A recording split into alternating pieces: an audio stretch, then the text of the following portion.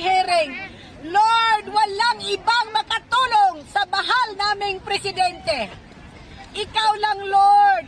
Tulungan mo ang mahal naming presidente na si Tatay Digong. Bring him back home in Davao Line.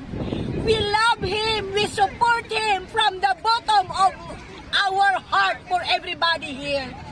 Please, Lord, maawa ka sa matanda, 81 years old. He made the Philippines progress.